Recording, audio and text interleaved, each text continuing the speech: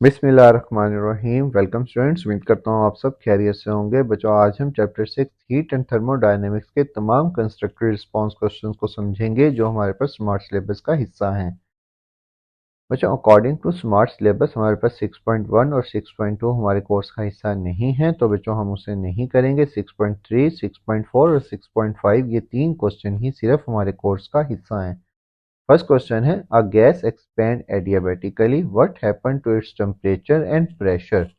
बच्चों, एडियाबेटिक में हमने कहा था कि हमारे पास कोई हीट सिस्टम के अंदर ना इंटर होती है और ना ही लीव करती है, बल्कि गैस एक्सपैंड करती है। और गैस एक्सपैंड जब करती है तो टेम्परेचर भी डाउन होता है और प्रेशर भी डाउन होता है। तो हम इसका आंसर लिखेंगे, during adiabatic expansion the gas does work without gaining heat, its internal energy decrease, so the temperature drops, pressure is also decreased rapidly, making the adiabatic curve steeper।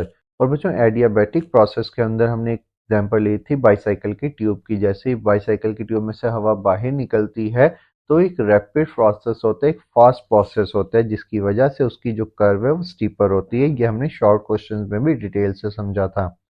Next है 6.4, a coffee cup cool down on table, explain in thermodynamics term.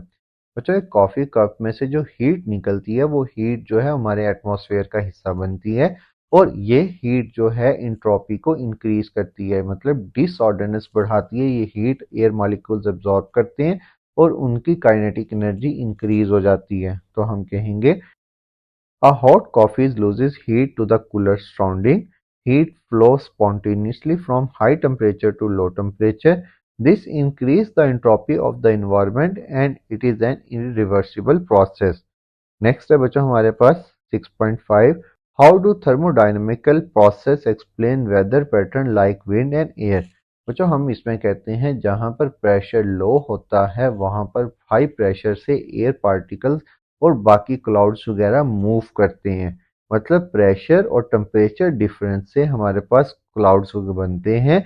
और गर्म हवा जो है, ये हमने 9th class की physics में पढ़ा था, जो गर्म हवा है वो ऊपर की तरफ उठती है और हाई स्पीड से मूव करती है।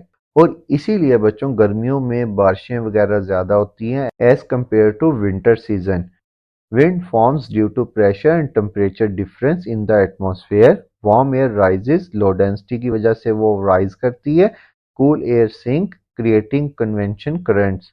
Rain forms when moist air cools, condense and releases heat, an important thermodynamic process। ये था बच्चों आज का लेक्चर। अच्छा लगा हो तो लाइक और सब्सक्राइब करना मत भूलिएगा। थैंक यू, खुदा हाफिज।